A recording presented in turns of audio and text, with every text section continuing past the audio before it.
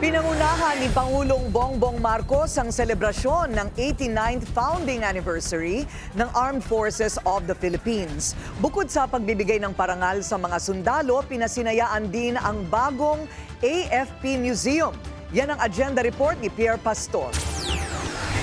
AFP, Sandigan ng Sambayanan tungo sa bagong Pilipinas. Ang tema ng selebrasyon na nakasentro sa paninindigan ng sandatahang lakas na maglilingkod ng may dangal at pagkamakabayan. Let us set aside our differences and come together in the spirit of shared purpose.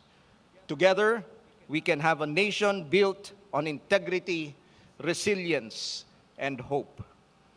Ang inyong sandatang lakas ng Pilipinas ay patuloy na ipagtatanggol ang bayan at magiging sandigan ng ating kinabukasan.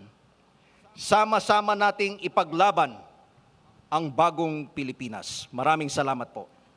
Binigyang pagkilala at parangal ng Commander-in-Chief ang ilang natatanging sundalo at AFP units sa kanilang tapang na ipinakita habang ipinaglalaban ang bayan sa insurgency at habang tinutulungan ang mga mamamayan na apektado ng mga kalamidad.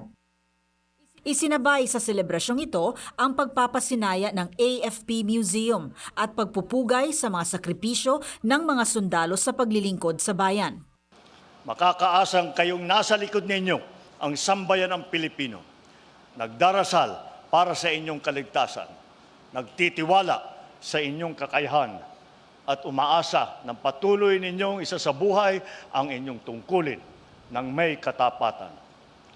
Sama-sama nating itaguyod ang pangarap ng bawat Pilipino na makapamuhay sa isang mas maunlad, mas makatarungan, at mas malayang bagong Pilipinas.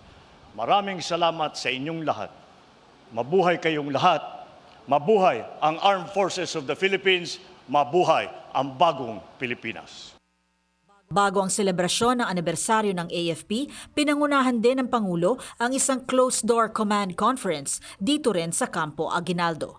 Para sa agenda, Pierre Pastor, Billionaire News Channel.